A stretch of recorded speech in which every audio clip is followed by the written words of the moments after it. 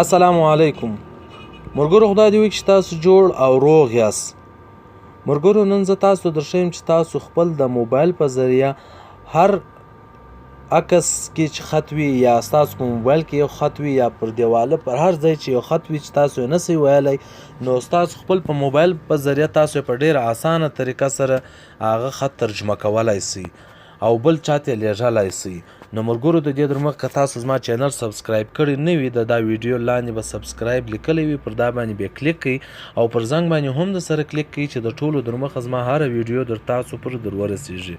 نو ملګرو زما په چینل کې نور هم داسې ویډیو شته چې تاسو ډېر په کار به درس تاسو وینئ ملګرو. نو که مې دا ویډیو خوښه سوي نو دا ویډیو اوس لا د سره لایک کړئ. نو درځئ ملګرو در ویډیو پورې.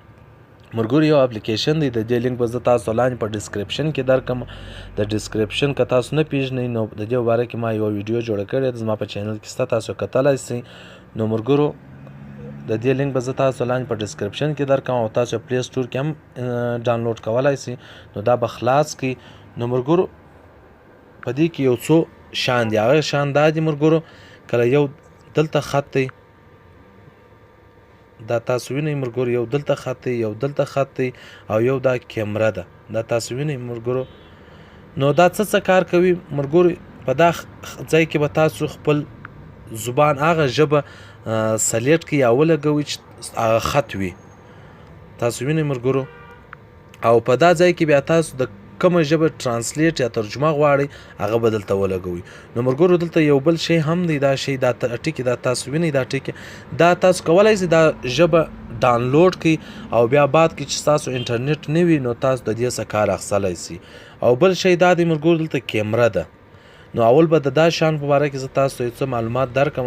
نو دلته تاسو خط لیکلی سئ، چې هر شی خط وي، تاسو وینئ نایس، زه دا شی لیکم نایس، تاسو مرګرو دلته وینئ غوره.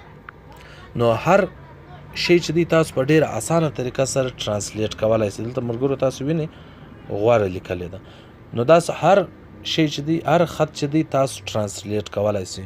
او بل ملګرو دا کیمره ده، کیمره چې تاسو وی خلاص شی چې کوئ. نو ملګرو په دا ځای کې په دا خانه کې چې تاسو هر خط راولئ او د هغه څخه عکس واخلئ، تاسو وینئ ملګرو زه د دې څخه عکس اخلم. نو دا تاسو وینئ ملګرو دا ټوله ترانسلیټ کوي، ترجمه کوي. تاسو ته وایي ټوله سلیکټ کوئ که یو څو عدده. زه مثال درته وایم، زه دا سلیکټ کوم، تاسو وینئ ملګرو. نو د هغه بعد پښتو دا دی ملګرو، وینئ تاسو ترانسلیټ وکړئ. نو ملګرو که مې دا ویډیو خوښه سوي نو دا ویډیو د سره لایک کړئ او که زما چینل ته نوي ملګري یاست زما چینل د سره سبسکرایب کړئ. در بلې ویډیو پورې د خدای په امان.